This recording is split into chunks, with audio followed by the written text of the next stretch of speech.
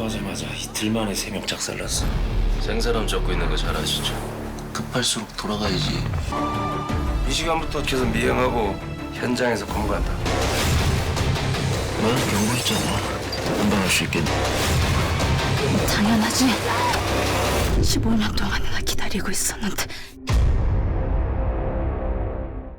네, 수상한 그녀로 우리에게 기쁨과 감동을 줬던 그녀가 이번에는 본격 스릴러물로 찾아왔습니다. 모홍진 감독, 심은경, 윤재문, 김성호 주연의 영화 널 기다림에 대해서 이야기 나눠보도록 하겠습니다. 안녕하세요. 네, 안녕하세요.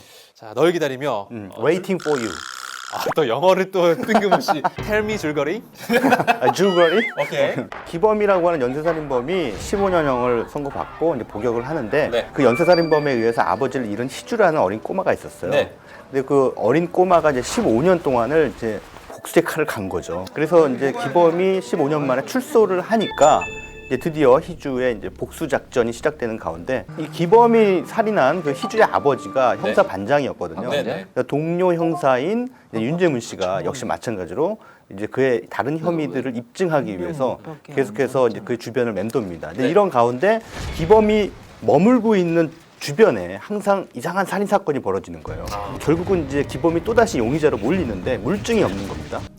그래서 과연 이 살인 사건의 진범은 과연 누구인가라고 하는 미스터리. 네. 그 다음에 희주는 과연 그의 복수를 어떻게 완성할 것인가라고 하는 의문, 이 플롯을 가지고 진행이 되는 영화입니다. 네, 사실은 이제 뭐 연쇄 살인범에 대한 영화 그리고 그 뭐 살인범에 대한 복수 요거는 뭐 우리나라도 그렇고 해외에서도 굉장히 많이 그 사용됐던 소재인데 널 기다리며 뭐 다른 영화들과 비교했을 때 좀 차별성이라든지 이런 게 있나요? 별로 없어요. 결론적으로 말씀드리면 없어요? 예. 그 주인공이 여성이라는 거 네. 외에는 큰 차별성을 느끼지는 못했습니다. 네. 이런 종류의 영화, 그러니까 사적 복수 혹은 사적 응징을 소재로 삼은 영화들의 이제 클리셰죠. 그래서 이 영화 속에서도 그 경찰들이 굉장히 네. 답답할 정도로 허술해요. 영화에선 꼭 그러더라고요. 예. 그렇죠. 경찰은 일부러 그래야 돼요. 어쩔 수 없이. 왜냐하면 그래야 주인공이 자기의 미션을 수행할 시간을 충분히 벌기 때문에. 근데 이제 이 영화는 거기서 한 걸음 더 나아가서 이제 마치 그 심은경의 그 복수 드라마를 알고 도와주기라도 결심이라도 한 듯 너무나 허술하고 너무나 어리바리합니다. 경찰들이. 예. 그런 부분이 영화에 대한 몰입감을 떨어뜨리는 거예요. 그런데 또 불구하고 네. 우리 심은경 씨가 연기한 희주라는 캐릭터는 예. 경찰 머리 꼭대기에 있어요. 아 그래요? 너무나 치밀해요. 진범인지 아닌지에 대한 정보는 누가 더 많이 갖고 있겠습니까? 아무래도 이제 뭐 형사들이 당연히 많이 가지고 형사들은. 있어야죠. 그뭐 어린 학생이잖아요. 어떻게 네네. 보면 학생이 뭐 많이 가지고 있을 리는 없잖아요. 당연히 가지고 있어야 되죠. 예. 훨씬 더 많은 정보량을 가지고 있음에도 불구하고 경찰은 물증도 찾지 못한 그런 마당인데 네. 어떻게 희주는 네. 그 신문 쪼가리 스캐럽한 걸 놓고 얘가 진범이라고 생각을 하냐고요. 기본적인 영화의 전제 자체가 네. 말이 안 된다는 거예요. 누가 봐도 기범이 연쇄살인범이 맞다고 할지라도 그가 연쇄살인범이었음을 분명히 드러내는 그런 근거와 전제들이 개연성이 좀 부족하다. 깔려 있어야 되겠죠. 깔려 있는 상태에서 이제 이야기들이 전개가 되는 그런 방식으로 가야 스릴러는 설득력을 얻거든요. 스릴러는 수학 공식처럼 딱딱 맞아 떨어져야 되는 그런 거예요. 재미가 있어야죠. 네네. 근데 그러한 부분에서 이 영화는 너무 얼렁뚱땅 스리슬쩍 넘어가려고 한다. 그게 영화의 패착인 것 같습니다. 여기 출연한 배우들 몇 면을 보면 네네. 연기를 굉장히 잘하는 걸로 정평이 나 있는 배우들이에요. 네, 뭐 윤재문 씨는 네. 그냥 타입캐스팅이죠. 그러니까 타입캐스팅이 뭐냐면 네. 그냥 이 역에 딱 맞을 것 같은 역. 캐스팅이란 얘기예요. 기범은 누가 봐도 연쇄살인범처럼 보이죠. 너무 못되게 생기지 않았어요? 악역에 너무 잘 어울리는 것 같아요. 네. 그리고 15년 동안 치밀하게 복수를 꿈꾸는 역할로 이제 우리 심은경 씨가 이번에 연기 변신했죠. 아, 참 저는 너무 궁금해요. 네. 심은경 씨가 사실은 지금까지 좀 코미디 연기 네네. 뭐 이런 장르에서 정말 매력을 많이 발산했었잖아요. 네네. 이런 스릴러는 어떨지 참 기대가 되기도 그러니까 하고요. 이게 심은경 씨가 이제 자신에게 붙은 어떤 코미디 연기에 대한 그 고정관념이 있죠. 네. 이런 것들을 좀 벗고 싶은 그런 그 욕심이 있는 것 같아요. 글쎄요, 그 제가 보기에는 수상한 그녀나 써니에서의 모습이 네네. 정말 많이 각인이 돼 있기 때문에 이게 뭔가 좀 몸에 안 맞는 옷을 입은 그런 느낌이 있잖아요. 네네. 그러니까 이전에는 굉장히 자연스럽게 느껴졌는데 지금은 연기를 하고 있는 듯한 느낌. 그럼 뭔가 눈빛 연기도 이렇게 뭔가 서늘한 느낌을 주려고 일부러 애쓰는 듯한 느낌. 중요한 것은 영화와 심은경 씨는 어울리지 않았다라는 얘기입니다. 자 그러면 널 기다리며에 대한 한 줄 평과 엄지평점 들어보겠습니다. 엄지평점부터 주세요. 하나 둘 셋. 예상했습니다. 네. 한 줄 평 들어볼까요? 한 줄 평 드리겠습니다. 별로 기다릴 필요 없는 영화. 알겠습니다. 지금까지 널 기다림에 대해서 이야기 나눠봤습니다.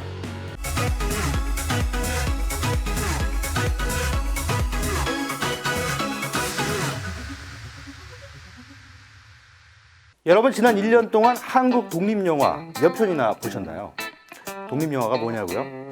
이 대자본의 투자를 받지 않고 자체적으로 제작비를 조달해서 만드는 그런 영화를 말합니다. 그러다 보니까 아무래도 투자자의 입김이 없죠. 감독이 자기가 하고 싶은 말을 충분히 할 수 있다. 이런 매력과 장점이 있습니다. 그리고 독립영화는요, 또 새로운 재능을 발굴하는 산실의 역할도 톡톡히 하고 있는데요. 자, 그런데 요즘에는 이 독립영화가 만들어지는 것도 쉽지 않고 개봉하는 것은 더 어려워졌다고 합니다. 그 이유가 뭘까요? 오늘 까칠한 시선에서 짚어봅니다. 최근에 인기리에 방영 중인 한 케이블 TV 드라마에서 맹활약을 펼치고 있는 배우죠. 바로 이재훈입니다. 사실 배우 이재훈이 주목을 받게 된 계기는 지난 2011년에 개봉했던 독립영화 파수꾼이라는 작품이었습니다. 이 영화에서 반항기 가득한 고교생으로 출연해서 굉장히 강렬한 연기를 선보였는데요. 영화가 모은 관객은 2만 명. 그러나 이재훈이라는 재능을 알린 결정적인 작품이 됐죠. 지난 1월에 종영한 또 다른 인기 케이블 TV 드라마에는 유독 독립영화에서 얼굴을 알린 배우들이 주목을 받았습니다. 드라마 출연 배우 가운데 대입 학력고사 육수생으로 등장한 안재홍, 일찍이 족구왕이라는 독립영화로 얼굴을 알린 배우입니다. 족구왕은 학교 내 족구대회에 출전하는 대학생들의 좌충우돌을 코믹한 터치로 담아냈던 작품이었죠. 총 관객수는 4만 6천 명. 그러나 이 영화 역시 안재홍이라는 재능을 발견하게 되는 커다란 발판이 됐죠. 재밌잖아요. 같은 드라마에서 서울대생 보라로 등장한 유혜영은 어떻습니까? 그녀 역시 독립영화에서 개성과 재능을 먼저 유감없이 발휘했습니다. 바로 2013년에 나왔던 잉투기라는 아주 발칙한 영화였죠. 이 영화에서 유혜영은 욕구 불만을 먹방으로 해소하는 특이한 격투소녀 영자 역을 맡아서 이미 될성부른 나무임을 입증했습니다. 자, 이런 사실은 뭘 말하는 걸까요? 독립영화는 새로운 개성과 새로운 재능을 발굴하는 산실 역할을 톡톡히 담당하고 있다는 얘기죠. 그런데 말씀입니다. 최근 들어서 독립영화를 만든다는 게 전보다 훨씬 더 어려워지고 있습니다. 다양한 독립영화들이 상영될 수 있는 기회가 사실상 축소되고 있기 때문입니다. 지난해 말에 서울의 대표적인 예술 독립영화 전용관이었던 시네코드 선재가 운영난으로 문을 닫았고요. 올 초에는 강릉의 역시 예술영화관인 신영극장이 폐관했습니다. 앞서서 거제 아트시네마와 대구 동성아트홀이 역시 재정난을 이기지 못하고 문을 닫았습니다.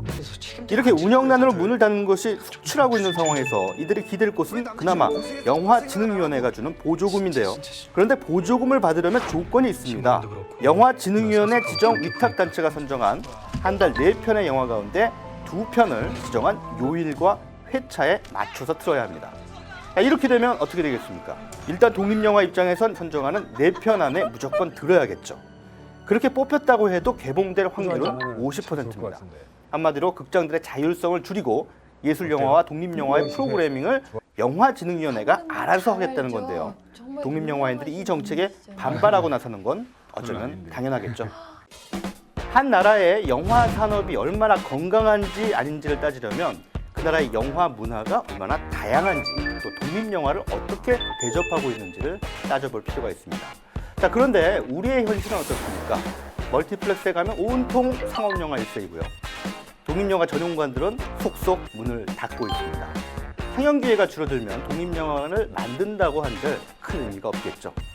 영화계의 어린 새싹들의 재능과 개성을 우리 스스로 짓밟고 있는 건 아닌지 되짚어볼 필요가 있습니다.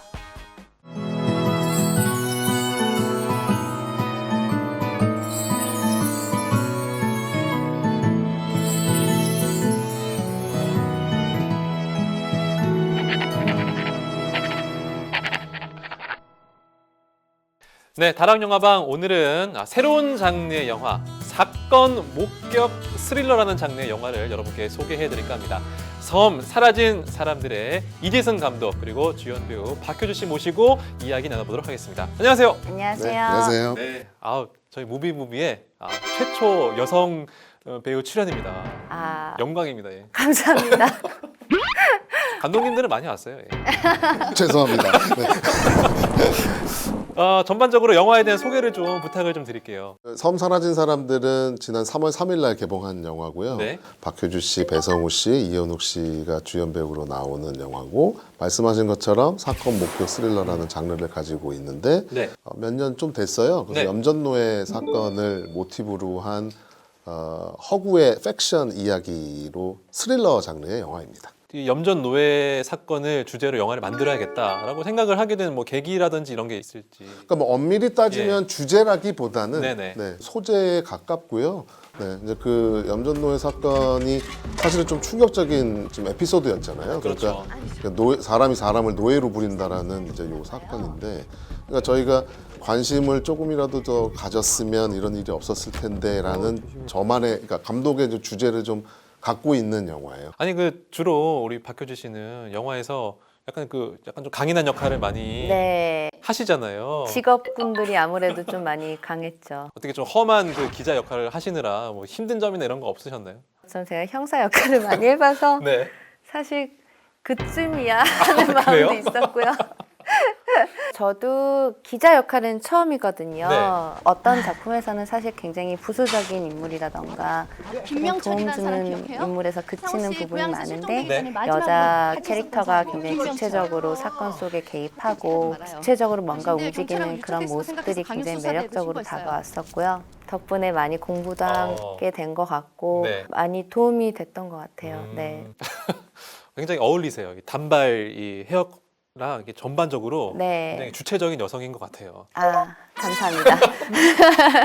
근데 이제 그 영화를 보면 카메라가 이제 막 실제로 이제 기자가 찍는 듯한 그런 영상이 주로 이제 영화 전반적으로 보이던데 어떻게 이게 의도하신 촬영 기법이잖아요. 네. 어떤 의도로 이런 촬영 기법을 사용을 하신 건가요? 관객들이 네. 그러니까 카메라 기자분이 찍는 영상하고 같은 느낌으로 좀 봤으면 좋겠다. 아. 예, 그러니까 이제 우리가 일상적으로 보는 영화들은 감독이나 편집자의 의도가 좀 들어간 편집 방법에 의한 영화를 관객들이 보잖아요. 그렇죠. 근데 제 영화는 요번에 이제 어떻게 보면 이제 시도를 해본 건데, 네. 그러니까 이제 거친 영상이기도 하고 흔들리는 영상이기도 하고 조금은 뭐 포커스 아웃된 영상이기도 하고 네. 관객들이 저 캐릭터가 보여주는 영상과 똑같은 영상을 보고 네. 그래야 훨씬 더 이 사건에 몰입이 될 수 있을 것 같다라는 판단하에 그렇게 애초부터 그렇게 기획을 했었죠.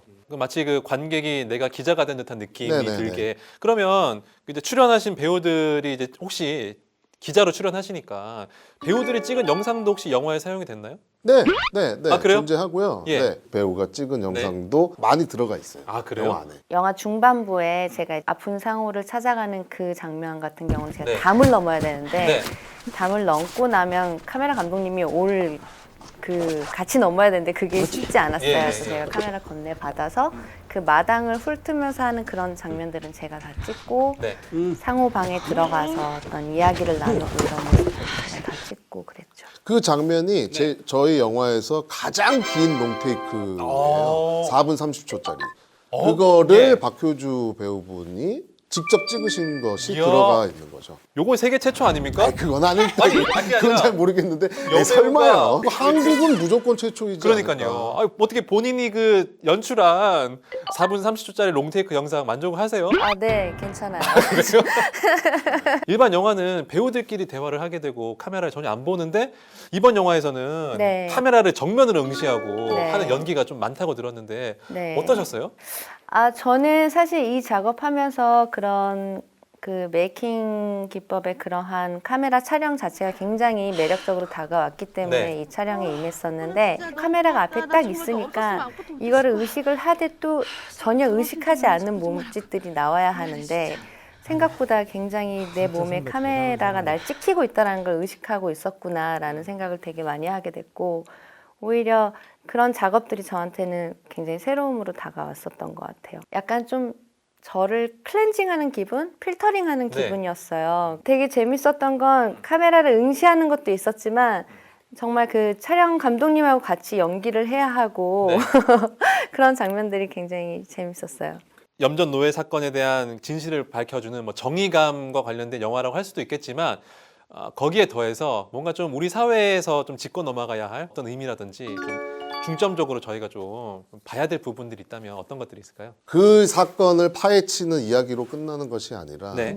그 사건을 바라보는 아주 다양한 우리 사람들의 각종 직업군들의 사람들의 시선이 좀 들어가 있어요. 아. 그래서 저의 시선은 뭘까?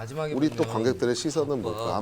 아마 모든 사람들의 시선이 조금씩 아마 틀릴 수도 있어요. 제 네네. 영화를 보면. 근데 그런 또 질문을 던지고, 그러니까 같이 한번 공감을 한번 해보자. 어떤 관심이나 무관심, 어떤 것이 우리 사회를 지금 좀 이렇게 문제시하고 있는지, 네네. 네, 뭐 이런 것들이 좀 다소 들어가 있는 것 같아요. 그래서 좀 기회가 되면 많이 좀 봐주셨으면 합니다. 알겠습니다. 자, 그러면 이제 마지막으로 우리 또 관객들에게 두 분께서 한 말씀 해주시면 감사하겠습니다. 저희 섬 사라진 사람들 인권에 관한 그런 사회적인 문제에 덧붙여서 어떤 그것을 바라보는 사람들에 대한 이야기인 거거든요. 저희 작품 보시면서 또 한번 이렇게 극장을 나가시면서 자기 스스로 질문을 할 수 있는 그런 시간을 갖게 해줄 수 있는 영화라고 생각이 듭니다. 많은 관심 부탁드릴게요. 영화가 무조건 뭐 재미있다라고 뭐 말하기는 좀 어렵겠지만 보시면 재미가 또 다른 재미가 아마 있으실 거예요. 왜냐하면 여러분들이 생각하는 또는 여러분들이 기대하는 전개로 절대로 흐르지 않습니다. 여러분들이 한번 보시고 왜 이 영화가 여러분들의 기대와 다르게 흘러가고 있는지, 그 다음에 다르게 보셨다면 어떤 느낌이셨는지 그거를 한번 평가해 주시고 영화를 한번 봐주셨으면 고맙겠습니다. 네, 지금까지 사건 목격 스릴러 섬 사라진 사람들에 대해서 이야기 나눠봤습니다. 고맙습니다. 네, 고맙습니다. 고맙습니다.